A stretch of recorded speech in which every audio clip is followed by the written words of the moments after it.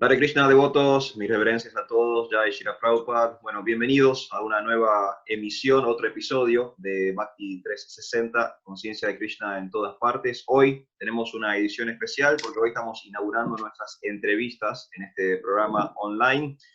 Para aquellos que no me conocen, mi nombre es Alfredo Di Florio, mi nombre espiritual es Arjuna Sakadas. Y hoy tengo como compañero, coequiper, entrevistado y amigo a Santiago Farías, Sridham Saka Das, su nombre espiritual, y hoy vamos a hablar de algo que en realidad le compete más a él que a mí. Él es el experto, yo voy a ser el entrevistador, y es conciencia de Krishna en el mundo del hardcore punk, específicamente en el subgénero del Krishna Core. Ustedes saben que la idea de este espacio online es ver conciencia de Krishna o los valores y los principios del Bhakti Yoga desde la perspectiva de la cultura popular de Occidente, y bueno, la música de Occidente hoy va a ser la estrella, la invitada, y en específico este género que tiene que ver con el hardcore punk. Así que Santiago, Sridham, bienvenido, Hare Krishna, ¿cómo estás? ¿Cómo estás? Bueno, muchísimas gracias por invitarme, la verdad que me encanta ahí poder participar de estos espacios, así que bueno, muchísimas gracias por tenerme. Gracias. Bueno, gracias por aceptar la invitación. Hoy estamos debutando un formato nuevo con vos. La grabación de imagen. Vamos a ver qué sale de todo esto, ¿no? Vamos a ver qué sale. Bueno, Seguramente va a salir bien. sí, ojalá que sí, ojalá que sí. Bueno, la idea es básicamente hablar sobre la música y conciencia de Krishna, en este caso un estilo de música en particular.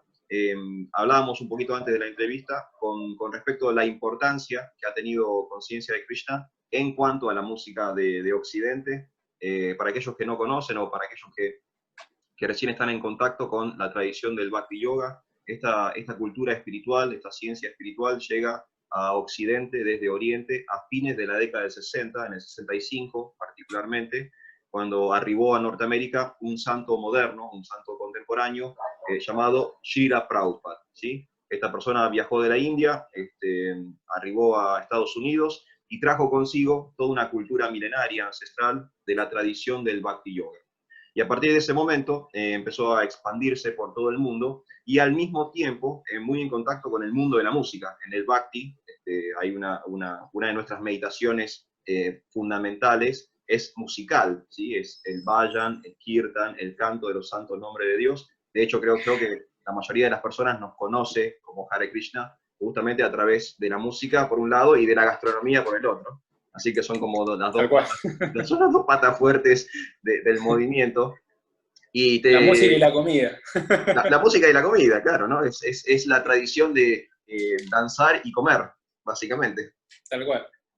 Entonces, bueno, desde el comienzo mismo hubo mucha vinculación entre el movimiento Hare Krishna y conciencia de Krishna el mundo de la música. Hablábamos, por ejemplo, que, bueno, Prabhupada llegó en el 65 y automáticamente, casi automáticamente después, 2 años después, en el 67, hubo un enorme festival en San Francisco, muy famoso, que aún hoy se recuerda, fue muy importante, llamado el Mantra Rock Dance Festival, y tocaron, por ejemplo, tocó Janis Joplin, tocaron Johnny Plum, sí. sí, tocó Grateful Dead, estuvo Allen Ginsberg, estuvo Timothy Leary, o sea, grandes representantes del movimiento hippie, y fue un festival a beneficio para fundar un templo, Hare Krishna, en San Francisco. Ah, mira, no sabía que había sido a Sí, beneficio de fundar el templo. Mirá vos. sí, sí, o sea, la idea era presentar a Prabhupada ante un público masivo de jóvenes, pero al mismo tiempo, como era a beneficio, las donaciones que se colectaron finalmente fueron como la base que sustentó el templo en San Francisco en aquel año 66, perdón, Bueno. 1966. Una de las cosas que siempre a mí me volaba la cabeza de Prabhupada tenía que ver con eso, ¿no? La versatilidad y la cintura que tenía para poder moverse en todos los espacios, ¿no? Porque, o sea, no cualquiera puede, o sea, tiene esa convocatoria de pronto, ¿no? No, O sea, no. él fue lo suficientemente hábil como para poder traer, o sea, un montón de conocimiento condensado, un montón de, o sea, de habilidades condensadas, y las puedo compartir a un público joven que convengamos que en ese momento esa juventud, o en general la juventud, no quiere hacerle caso a nadie, no quiere seguir ningún tipo o sea, de sistema o de proceso, sino que busca la completa libertad, busca, o sea, la completa libertad de cualquier tipo de atadura. Eso es lo que lo que caracteriza a los movimientos contraculturales en la juventud. Y que hablar del como hipismo. Prabhupada pudo... Y que hablar del hipismo, claro, Claro. o sea, que era en los momentos de la guerra. Por eso es como que Prabhupada haya logrado establecer un proceso espiritual a beneficio de la vida de tantas personas, es algo realmente admirable que solamente lo pudo haber hecho él. Solamente él, solamente un enviado de Dios, sin duda de eso. Tal cual. Entonces, bueno, hablábamos de este Mantra Rock Dance Festival como quizás punta de lanza o hito importante entre el vínculo del Bhakti Yoga y el mundo del rock o el mundo de la música popular del siglo XX. Después tenemos en la década del 70 a George Harrison, ¿no? O sea, un ex-Beatle, es básicamente como un semidios en la tierra, pero asociándose con los devotos de Krishna, ¿no? Y que produjo discos de mantras, hizo grandes donaciones para el movimiento, él compuso canciones que tenían que ver con la teología de conciencia de Krishna. Hoy podríamos hacer todo un episodio especial dedicado. Sí, tal cual, que seguramente vendrá, ya lo estarás cocinando. En algún momento vendrá, en algún momento vamos a buscar un especialista de George Harrison para que sea el entrevistado de ese día. Creo que George Harrison, una de las personas que más acercó el Maha Mantra al público en general con el famoso My Sweet Lord, ¿no? Yo personalmente escuché el Maha Mantra por primera vez en My Sweet Lord, cuando era un niño, y me imagino que millones de personas hicieron lo mismo. Seguramente sí, de tu generación habrán sido como lo primero, y por eso es que fue de pronto tan masivo. Mira, yo empecé, bueno, obviamente yo no escuchaba a los Beatles cuando era niño, ni más adelante, sino que lo escuché como más de grande, ya en una etapa un poquito más adulta, y me pasó de que o sea, los Beatles eran una cosa, o sea, cada disco era como distinto, ¿no? Y había como una sensibilidad distinta y una experiencia distinta en cada uno de los discos. Pero la sensibilidad que tenía Harrison, para mí era como completamente distinta a toda la que tenía en el conjunto de los Beatles. Sí. Y por eso también la predisposición que él tenía para poder como incorporar contenido espiritual a su existencia, y no cualquier contenido espiritual, sino el conocimiento que encontramos en el Bhagavad Gita, en el Srimad Bhagavatam, que venía de las instrucciones de Srila Prabhupada. Sí, sí, tal cual, tal cual. Antes de continuar con esta línea de tiempo y con los contactos entre el Bhakti Yoga y la música, Shriram, me gustaría que nos cuentes un poquito sobre vos, sobre cómo vos entraste al mundo de la música, cómo entraste al mundo del Bhakti Yoga, que nos cuentes un poquito tu contexto personal, así después seguimos avanzando con el tema de hoy. Bueno, medio como que todo fue una continuación de hechos, ¿no? Yo conocí la música hardcore más o menos cuando tenía alrededor de 16, 17 años, ya estaba en la mitad del secundario. Yo ya venía a escuchar otros géneros musicales que tenían como algún cierto como contenido social, contenido político, que era lo que en ese momento a mí de pronto más me atravesaba. Yo fui toda mi vida a una escuela de Bellas Artes, entonces en la escuela de Bellas Artes sucede que nada, como que las poblaciones que hay, más en la población del barrio donde yo soy, de Villa Lugano, son netamente sociales y políticas y tienen mucho que ver con la cuestión social y las coyunturas que atraviesa la sociedad. Entonces estaba ya puesta mi necesidad desde el ingreso al secundario, expresiones artísticas que tengan un contenido que importe, ¿no? O sea, para mí lo que importaba era nuestros vínculos, la gente que estaba alrededor mío, lo que componía mi barrio, mi sociedad, mi ambiente, mi contexto, era lo importante. Entonces era como que yo necesitaba algún tipo de música o de cultura que refleje esa importancia.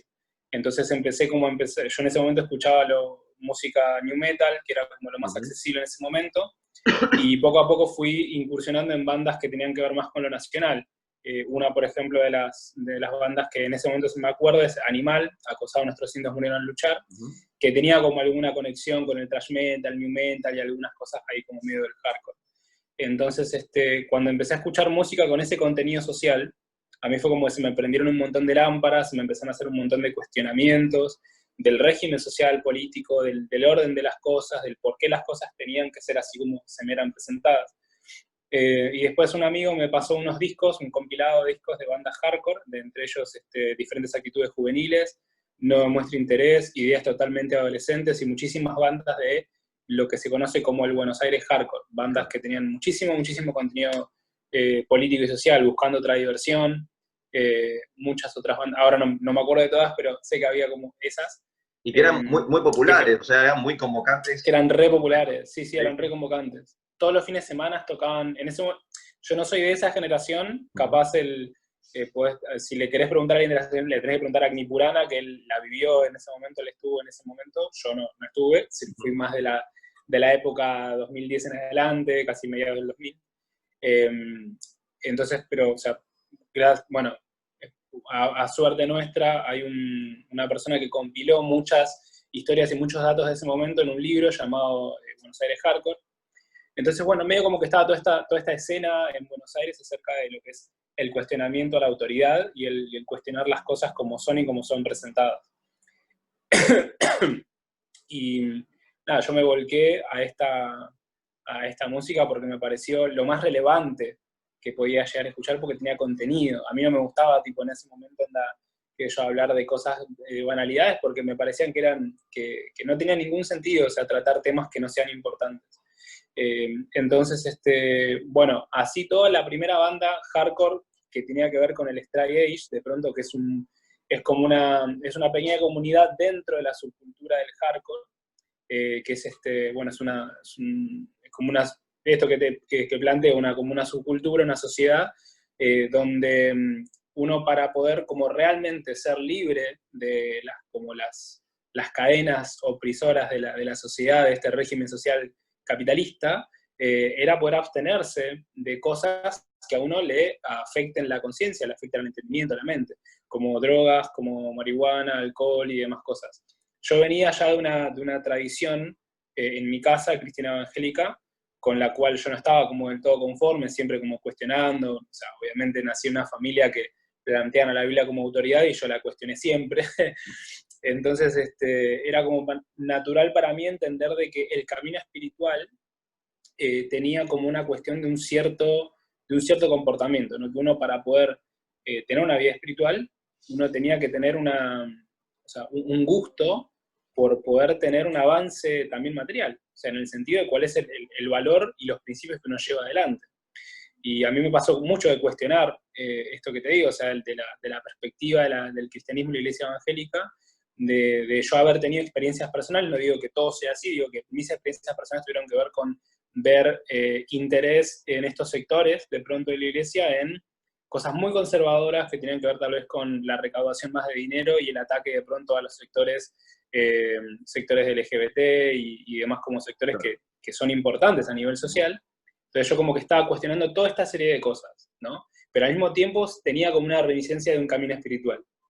Cuando me vuelco al hardcore encuentro al Straight Edge y digo, bueno, esto es realmente, estas personas son sanas, son activas y son conscientes. Y es como que a mí dije, bueno, esto es lo que yo quiero de pronto como para mi vida, yo quiero ser una persona así, quiero ser una persona sana, quiero poder hacer uso de mi cuerpo, de mi mente, de mis habilidades para poder transformar esta realidad, para poder repensar la realidad desde otro lado, y quiero ser una persona activa. Entonces todo este tipo de cosas fueron como naturalmente creando un gusto. Y bueno, empecé a incursionar en el Straight Edge, me hice vegetariano, después me hice vegano, y naturalmente dentro del Straight aparecieron personas que eran también bueno, practicantes de Bhakti Yoga. Y ellos de pronto, bueno, me empezaron a pasar libros sobre recetas vegetarianas, sobre cosas, porque realmente, o sea, a mí siempre me encantó como debatir, ¿no? Entonces en los recitales siempre se armaban círculos así como de debate, bueno, de plantear cosas, hacer planteos, discusiones, siempre obviamente con camaradería. Y yo siempre me juntaba con estos practicantes de Bhakti Yoga para debatir sobre filosofía y sobre religión, pues yo tenía algún conocimiento de la Biblia, entonces nos sentábamos como a debatir. Y en esos círculos fue que dije, wow, tenemos un montón de cosas en común. Yo tengo muchas más cosas en común con esta gente que practica Bhakti Yoga, que está en este círculo, que con mis antiguos, de pronto, amigos de la iglesia evangélica. Porque había como una similitud en cuanto a criterios y a miradas. Uh-huh. Porque bueno, justamente en el hardcore se maneja el antirracismo, el antihomofobia, ¿no? Como todas unas cuestiones que son muy enmarcadas en hacer acento en las libertades de elección de las personas, y la procedencia sexual, la procedencia de raza, de género, demás. Entonces dije, bueno, este es el camino básicamente que Dios me está poniendo de alguna manera, porque me pone a toda esta gente que es recopada, que es reconsciente, que es re sana, que come rico, que esto, que lo otro, y además me pone un conocimiento y una filosofía que a mí me voló la cabeza, porque era como académicamente superior a todo lo que yo había conocido antes. Uh-huh. Entonces, bueno, empecé como a leer los libros, empecé a tratar de tener algún tipo de entendimiento, y estas personas me empezaron a incursionar en lo que era el canto del Mahamantra Hare Krishna, a través justamente de la música y demás. Y bueno, ahí fue cuando empecé a tener como mis primeras sesiones, por así decirlo, de meditación con el Mahamantra Hare Krishna. Más adelante pude conocer al que fue mi primer maestro espiritual. Y bueno, nada, después de ahí, o sea, fue todo incursionar directamente en tratar de apoyar la misión de Srila Prabhupada para poder expandir este conocimiento tan maravilloso a todas las personas posibles. Está bien, y acá estamos. Y acá estamos. Recién mencionabas uno de los subgéneros que hay dentro de la movida punk hardcore, que es el de straight edge. Para las personas que quizás están escuchando o ven por primera vez y no conocen tanto al detalle estos géneros musicales o estas subculturas, contanos un poquito de qué va el mundo straight edge o la filosofía straight edge, y que tiene muchísimo que ver con los principios y los valores del Bhakti Yoga. Tal cual. Bueno, el straight edge arranca siendo como dijo una vuelta, una de las primeras personas que, Martín Rosana, el punky le decíamos, fue una de las primeras personas que a mí así como que me abrió el mundo acerca de esto, y fue con el que yo más también pegué onda acerca del straight edge, y él me empezó como a hacer entender acerca de qué era el straight edge, que no era solamente lo que yo podía googlear de pronto en internet. Porque esa es una cosa, ¿no? O sea, uno es la información que puede de pronto encontrar en internet, y otra cosa es cómo uno vive ser parte del movimiento, y el movimiento local que a uno de pronto le toca en el país que le toca. Y Martín siempre me decía, el straight edge es la negación de la negación. La primera negación fue los punks que se mataban en ácido, pasta base y drogas y se pudrían la cabeza, y que de ninguna manera eran ninguna amenaza a este régimen social injusto y explotador que vivimos. Entonces la negación a eso es el straight edge, es ser una persona relevante, ser una persona que realmente presenta una amenaza para este régimen social, porque uno está en pleno uso de todas sus capacidades mentales y físicas para poder tirar abajo este sistema. Claro, la lucidez tenía que ver, acentuar en la lucidez. Entonces, esta propuesta viene de una banda que en principio se llamaba Teen Idols, después se llamó Minor Threat, que quiere decir amenaza menor, justamente hablando del tema de cómo uno puede ser una amenaza para el status quo. Y bueno, esta banda sacó un tema llamado Straight Edge, que duraba algunos pocos segundos, menos de un minuto, donde hablaba justamente sobre eso, hablaba sobre cómo uno podía estar en un borde fit. O sea, straight edge quiere decir borde firme, ¿no? Como uno se podía estar como en borde enfrente de un abismo, ¿no? Que enfrente de uno sea todo caos, pero uno mantenerse en una línea recta que tiene que ver con los valores y con los principios que uno creía que son válidos y son consecuentes para la madurez y el crecimiento de la persona. Entonces, en este caso, o sea, como que los postulados dentro de esa canción, que dura tan poco tiempo, tenían que ver con que yo soy una persona igual que vos, o sea, tenemos las mismas condiciones, nada más que yo elijo una vida distinta. Elijo no consumir este tipo de cosas que hacen mal y que me van a terminar dejando en una situación que no es buena para mi vida, ¿no? Entonces, a raíz de esta canción, es como surge todo como este movimiento, ¿no? Porque de pronto es como que a la gente se le empezó a prender la lámpara de decir, bueno, yo puedo realmente elegir de qué manera vivo dentro de este punk rock, dentro de esta cultura del punk.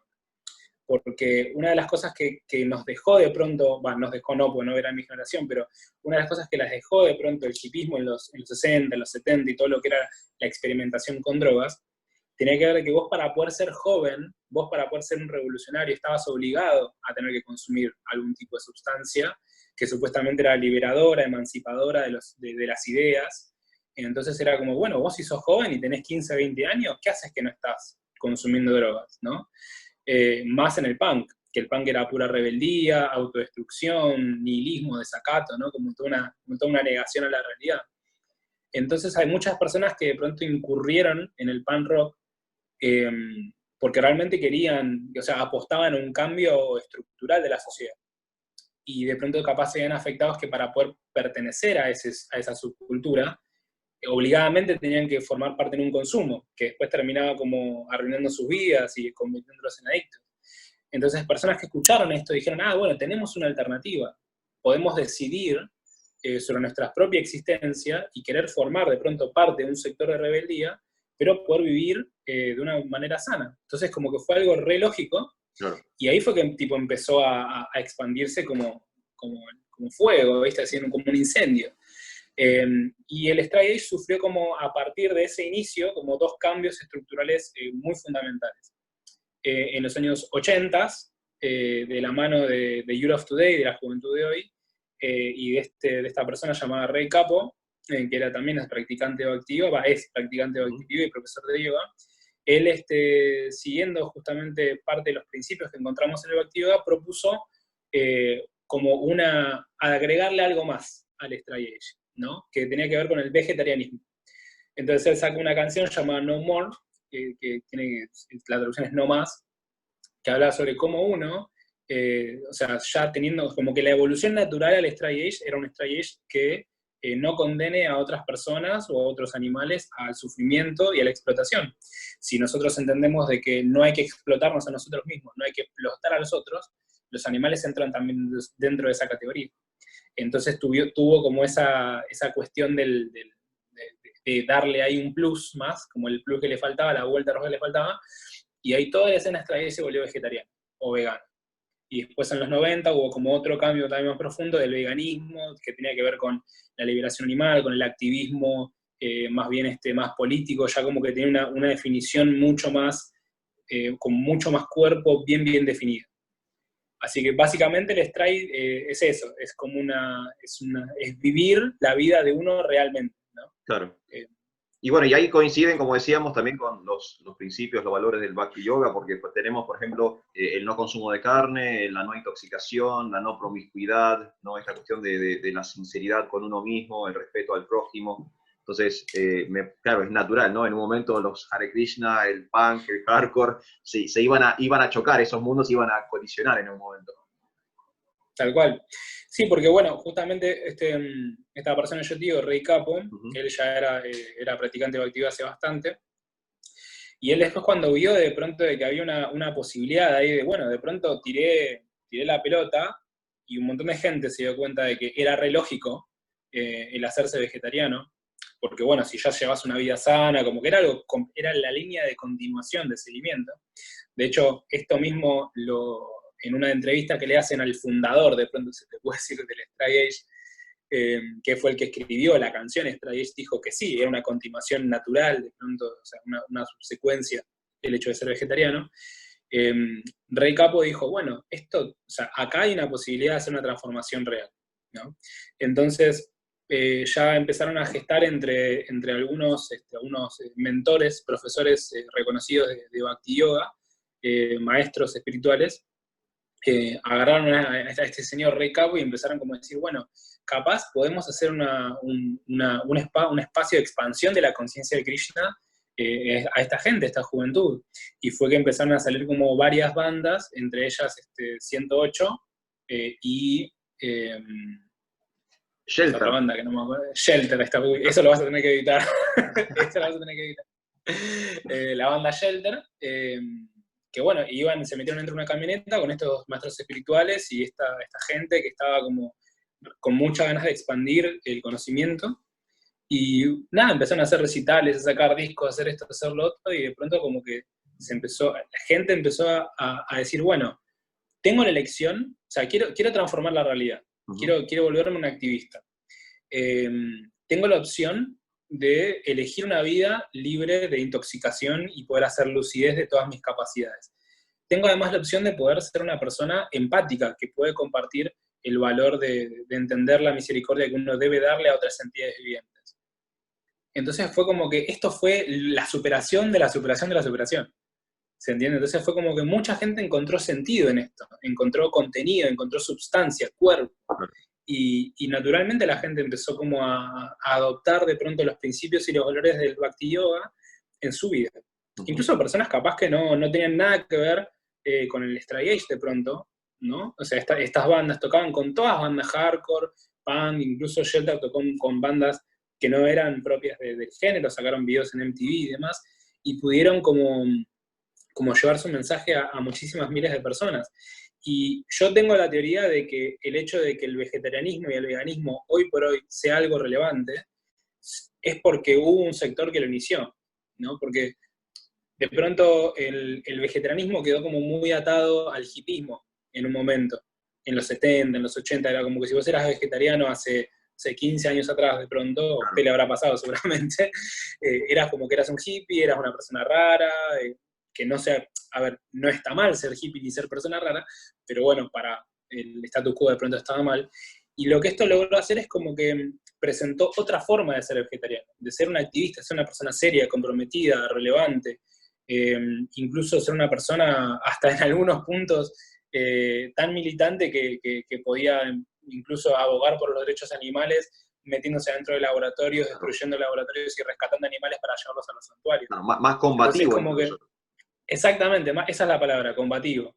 Entonces es como que ya uno podía ser de pronto un vegetariano y no lo iban a mirar con cara de raro, sino que uno incluso iba a poder ser buscado por la ley. En los 90, la policía buscaba en la calle a los pibes que tenían remeras que decían Extrayeyo, que tenían tatuajes o lo que fuera, pues estos pueden ser potenciales saboteadores de laboratorios de animales, o podían ser así personas así como combativas y militantes, entonces los tenemos que así. Hay algunos países, de hecho, en el que hoy por hoy el extrayeyo es considerado como una pandilla, como las pandillas de Estados Unidos, los Bloods, los Crips todos esos así pandillas de narcotraficantes. Hay gente que los considera como una pandilla a los extrae por su estatus así de combativo. Entonces, al tener así como toda una cuestión, esa nueva mirada, esa chapa y pintura de pronto que se le hizo, muchísima gente logró como sacarse ciertos estigmas, se empezó a volver algo natural, y hoy por hoy la gran mayoría de los activistas relevantes de nuestra sociedad son vegetarianos o son veganos. La gran mayoría, de activistas de toda línea, activistas políticos, activistas por los derechos de los animales, bueno, eso lógicamente, activistas antirraciales, activistas por LGBT, todo tipo de activistas, la gran mayoría son vegetarianos o son veganos. Y acá tenemos la semilla naciendo ahí del straight edge, del Krishna Core. Tengo entendido que, bueno, Ray Yo Capo, opino que sí. claro, sí, sí, tal cual. Ray Capo, que lo mencionabas Porque vos. es una evidencia histórica. Si uno lo ve a nivel historia, o sea, los movimientos que fueron tomando relevancia, que produjeron el boom del vegetarianismo al veganismo, yo creo que arranca por ahí. Arranca por ahí, claro, Después, sí. si querés, pues nos podemos debatir con algún historiador acerca de eso, pero yo estoy convencido de que era por ahí. No, no, sí, sí, tranquilamente va por ahí, va por ahí. Vos mencionabas a Ray Capo, que como, bueno, también es como el quizás más visible, ¿no? La figura más visible como del movimiento, tuvo estas dos bandas importantes, Shelter 108. Raghunath Das es su nombre espiritual, si no me equivoco, es Sí, discípulo de Radhanath Swami, de su santidad Radhanath Swami, si no me equivoco. creo que sí. Desconozco de quién es discípulo. También, hoy por hoy, profesor de yoga, y tiene un podcast muy, muy popular también en Norteamérica, donde todos los días hablan acerca de la cultura del Bhakti Yoga. Y interesante, porque él cuando encaraba estas bandas, él estuvo viviendo 6 años de monje, y esos 6 Claro. años que estuvo de monje fueron los 6 años que él también estaba de gira y tocando en recitales, o sea, pudo combinar su vida monástica con su prédica pública o con su actividad musical, ¿no? Que para ellos era como una especie de Es que, trabajo. es que yo creo que eso también tiene que ver con la versatilidad de la conciencia de Krishna, como la planteó Srila Prabhupada, porque los discípulos de Srila Prabhupada, que eran estos dos maestros espirituales, estos dos mentores y profesores de ellos, eh, entendieron también que la vida monástica es rendirse a la misión de pronto de su profesor. Uh-huh. Entonces, no tenían que vivir en un templo para ser monjes. Ellos, o sea, la calidad de monástico, de pronto de monje o de estudiante, se la daba su calidad de prédica y de expansión. Entonces es como que ellos no necesitaban, o sea, no es que uno necesita ser, de pronto, qué sé yo, vivir en un monasterio para poder ser un monje, o para poder ser un estudiante de las escrituras, o para poder ser un activista. Claro. Entonces, en ese sentido, ellos dijeron, o sea, como que, o sea, se les abrió la cabeza en ese sentido y dieron un precedente para cómo en nuestra tradición de Bhakti Yoga se ve al monje. Claro. Porque debe ser eso, debe ser un monje, debe ser activista y debe ser estudiante y debe salir al mundo, debe estar ahí en el mundo, rompiéndola y comiéndose el mundo. A compartir con el mundo. Tal cual. Sí, sí, sí, sí. Recuerdo. Bueno, ahí tuvimos entonces un resumen de lo que es el Straight Edge, que fue como la antesala de lo que después fue el Krishna Core, cuando los principios del Bhakti Yoga se unieron con la música hardcore punk y el movimiento Straight Edge salió esta melange que se conoce como Krishna Core. Tengo algunos datos, Sridham, no sé si vos sabías, la primera incursión de la conciencia de Krishna en el punk, ¿sabes de dónde viene? Yo tengo un dato acá que después lo chequeamos. A ver, Lo yo chequeo con vos. no investigué mucho, pero yo no investigué mucho. Mira, tengo este Fue dato. más tipo lo que me tocó vivir, pero decime. Año 1969, o sea, hace muchos, muchos años atrás, Prabhupada todavía en el planeta predicando. Lo tenés el señor Iggy Pop, me imagino, en ese momento. Sí, claro. Estaba con su banda The Stooges. Y en el disco Los debut, Stooges, sí. en el disco debut de The Stooges, hay una canción llamada We Will Fall, Caeremos. Es una canción no tan punk, sino más por el lado experimental. Los Stooges son como muy conocidos por su punk, sus canciones cortas, pero también tenían como una faceta experimental, les gustaba también el jazz, les gustaba la música más deforme. Bueno, esta canción es de esas músicas deformes, es un tema de 10 minutos, muy experimental. Tomás. Sí, Tomás, no hacemos canciones de 1 minuto y medio, hacemos canciones de 10 minutos. Y en esa canción llamada We Will Fall, que es una canción del primer disco de The Stooges, durante toda la canción de fondo se escucha Jai Ram, ¿sí? No sé si es Iggy Pop Bien. o alguno de los miembros de The Stooges, recitando Jai Ram, Jai Ram, Jai Ram, después búscalo, si querés el tema. Te voy a buscar. Creo que, me parece a mí, no sé, no conozco otro, pero debe haber sido la primera incursión de algo de conciencia de Krishna o algo de Bhakti Yoga en el mundo del punk, ¿no? Estamos hablando del año 1969, o sea que serían 4 años después de que Srila Prabhupada llegó a Norteamérica. Así que creo yo, claro, sí, es la primera expresión del Bhakti Yoga en el mundo del punk. Y después, bueno, ahí saltamos a lo que comentabas vos, década del 80, ¿no? Toda la movida del hardcore. Vamos a mencionar una banda, Cro-Mags, ¿no? También como punta de lanza. Cro-Mags, sí, sí. ¿Sí? Creo que su cantante, bueno, Cro-Mags, John Joseph, ¿no? No sé si es un discípulo o un devoto iniciado, pero por lo menos es una persona que sí vincula mucho con sí, conciencia sí, de sí, Krishna. tiene de segunda iniciación, de hecho. Ah, mira qué bueno, qué bueno. Sí, Eso sí. no lo sabía. Sí, bueno, pero es que una de las cosas que tiene la versatilidad de Cro-Mags es que ellos nunca se presentaron como una banda así Krishna Core, ni Hare Claro. Krishna, ni Straight Edge, ni nada. Se presentaron como una banda hardcore. De hecho, yo no estoy al tanto de si todas las personas que formaron parte de Cro-Mags eran practicantes de Bhakti Yoga. Y nada, y el cantante de Cro-Mags nunca tuvo así como una cuestión de etiquetarse, ni él, por ejemplo, hay videos de él de hoy por hoy, hay notas que le hacen de una página llamada Noisey, que es muy buena, donde vos lo ves al tipo que él tiene una vida como re normal, está siempre vestido de deportivo porque le gusta correr, ¿viste? Sí, es muy Capaz a veces atleta. No participa de eso, participa de los triatlones, ¿no? Una cosa así, es como... Participa de los triatlones, todo, y a veces como que él tampoco tiene como los distintivos típicos de los practicantes de Bhakti Yoga, así de collares o cordones, a veces ni los usa, y por eso es que él también como, al no tener como este impacto de esa diferencia de yo soy de esta cosa, es que tuvo ahí como que se pudo meter a la parte más hardcore y no tanto a la parte straight edge. Por eso es que es mucho más relevante Cro-Mags para muchas personas más que incluso Shelter, porque encima es anterior. Claro, es anterior y es menos que, digamos, circunscripta a un submundo. Exactamente. Exactamente.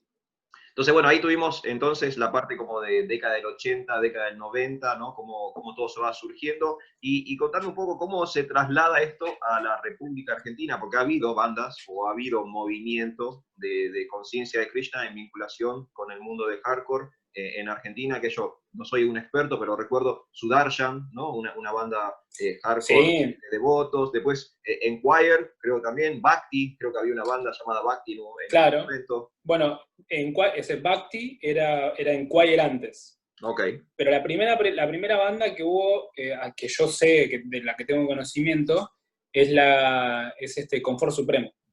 Confort Supremo, creo que no sé si fue en el 91, 92 o por ahí, en esos primeros, en principio de los 90, recién al principio de los 90.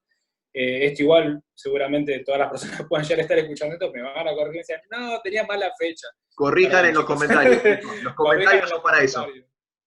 Háganlo ustedes el podcast, si no. Pero sí, fue en los principios de los 90 seguro, la primera banda fue Confort Supremo, y estaba liderada por Ariel, que le decimos efectivamente el corto, Abaya Goura Das, alumno de un maestro espiritual llamado Jayapataka Swami.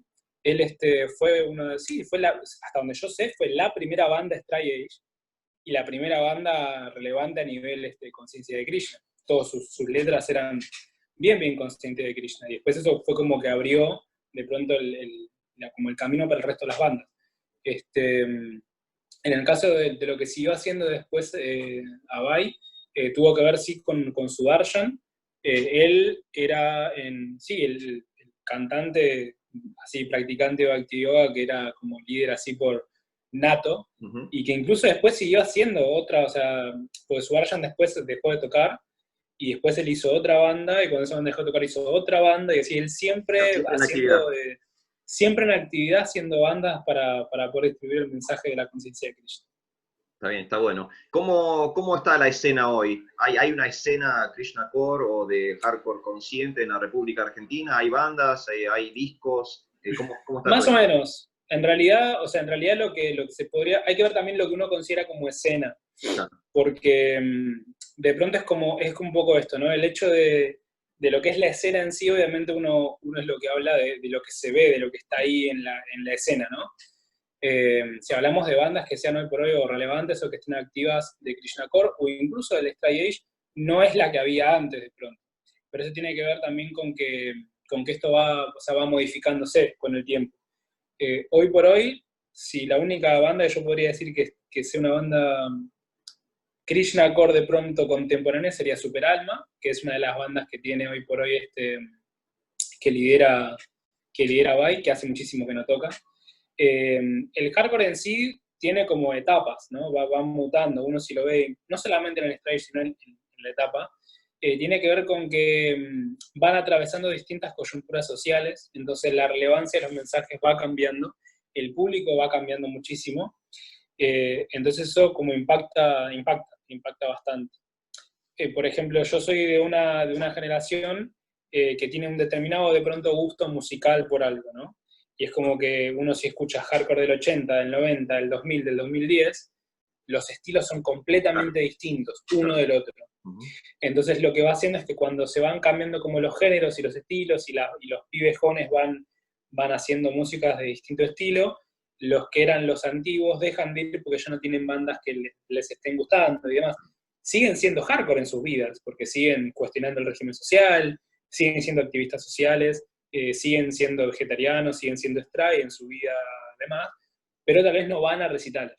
Entonces, yo creo que sigue habiendo una muchísima presencia en la sociedad hoy por hoy de personas que hayan venido del hardcore y sean activistas espirituales, pero tal vez no necesariamente que formen parte de una escena donde toquen bandas hoy por hoy. De hecho, yo personalmente no hace muchísimo que no voy a recitales, de hecho yo tenía hace no bastante, tenía una banda.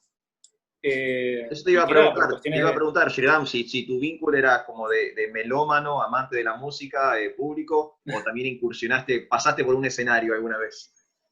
Sí, de hecho tuve algunas que otras bandas. La primera banda que tuve era una banda Vegan Stray Age, que era bien así, que hablaba puramente y exclusivamente de los valores y principios del Stray y del veganismo. Y después, bueno, después en ese momento fue que empecé a conocer a los devotos, a los practicantes de Bhakti Yoga. Y bueno, como que pasando esa etapa, sí, como que formé parte momentáneamente de algunas que otras bandas, así un poquito, y el año pasado, en el anterior, fue que con otros amigos que actualmente son practicantes de Bhakti Yoga, formamos una banda llamada Valor, también como el espacio al Un que... espacio. Claro, tal cual, como el espacio Valor. Y bueno, en ese momento, nada, la onda era hacer también activismo stray y llevar adelante con algunos, obviamente, principios espirituales. Y bueno, tuvimos la oportunidad de tocar en varios lados, grabamos un pequeño demo, Pero pasaba eso, ¿no? O sea, de pronto como que es muy difícil llevar adelante una banda. Los proyectos de bandas requieren tiempo, requieren dinero, requieren saber cómo relacionarse y vincularse con el otro. Entonces no es algo fácil. Entonces al no ser algo fácil, no todo el mundo es como que siente el llamado para poder hacerlo. Nosotros por una cuestión de tiempo, de acuerdos y de ideas, dejamos simplemente de tocar. No, ni siquiera fue que dijimos, bueno, acá es cuando nos separamos. Simplemente dejamos de tocar. Y después, bueno, nunca nos pusimos de acuerdo para poder volver a tocar o ensayar de vuelta. Y eso le pasa a muchas bandas. Sugarjan de pronto nunca fue una banda que dijo, bueno, este es nuestro último recital. Sino que simplemente dejaron de tocar por cuestiones de la vida. Bueno, está la famosa frase, ¿no? Que la música es el arte de combinar los horarios. Tal cual, no hay nada más difícil que tener una banda. Aquel que tuvo una banda lo sabe. Que juntarse a ensayar, ¿no? Día, horario, lugar, es la cosa más complicada del mundo. No, no es para nada fácil. Para ir cerrando, Shridam, contame un poco cómo estás vos ahora con tus proyectos espirituales. Hablamos recién de Espacio Valor, contanos un poquito qué están haciendo ustedes. Bueno, Espacio Valor es un espacio de activismo espiritual, donde tratamos de llevar el conocimiento del Bhagavad Gita, del Srimad Bhagavatam, a los espacios activistas. Dentro de nuestro espacio Valor tenemos muchísima gente muy, muy activa que participa como activista en otros sectores, como el sector del feminismo, el sector de los derechos de los animales, todos los sectores relevantes de las coyunturas sociales que hoy por hoy son necesarias. Y bueno, hacemos reuniones por Zoom, así encuentros, charlas, donde podemos hacer lecturas y debates de escrituras milenarias. Y bueno, encontrar también cuáles son los valores y principios que hay detrás de esas escrituras para poder ponerlas en práctica en nuestra vida cotidiana. Y bueno, está saliendo todo bastante bien. ¿Contactos y demás sí, para que la gente los ubique? Es @espaciovalor en Instagram. Hasta ahora tenemos el Instagram, que es lo que mejor funciona. Me dijeron que es lo que se viene Instagram, me dijeron. Sí, mira, a mí me pasa, yo soy docente y tengo alumnos míos que cuando hablamos así de redes sociales, ninguno tiene Facebook. No. Nadie de 15 años para abajo tiene Facebook. Facebook ya murió hace 1000 años que murió el Facebook y nosotros no nos damos cuenta. No nos dimos cuenta todavía, ¿no? No nos dimos cuenta. Nadie que tiene menos de 15 años usa Facebook. Es como muy raro. Y si lo tiene es como raro. Todo el mundo usa Instagram porque es mucho más simple, es más versátil, es más simple de usar, y no es tan invasivo. Entonces es como que todo el mundo usa Instagram. Entonces nosotros le apostamos al Instagram. Está muy bien, está perfecto. Así que @ Exacto, así como es un espacio valor. Perfecto. Bueno, Shridam, te quiero agradecer la comunicación. Espero que la gente haya disfrutado, que sepan que hay conciencia de Krishna en todas partes. Esa es la idea de este espacio, Bhakti 360, que en distintos géneros musicales, como por ejemplo el hardcore punk, también aparecen los principios y los valores del Bhagavad Gita, del Srimad Bhagavatam, de la misión de Srila Prabhupada. Así que bueno, queríamos charlar un poquito y con alguien que supiera, por eso te invitamos a... No sé si sé tanto, pero bueno, qué sé yo. Estuvo muy bien, estuvo muy bien. Te agradezco muchísimo, Shridam. Un abrazo grande. Y bueno, y un saludo a todos los que están escuchando del otro lado. Nos encontramos el jueves que viene. Hare Krishna. Dale, muchísimas gracias. Nos vemos. Chao, chao.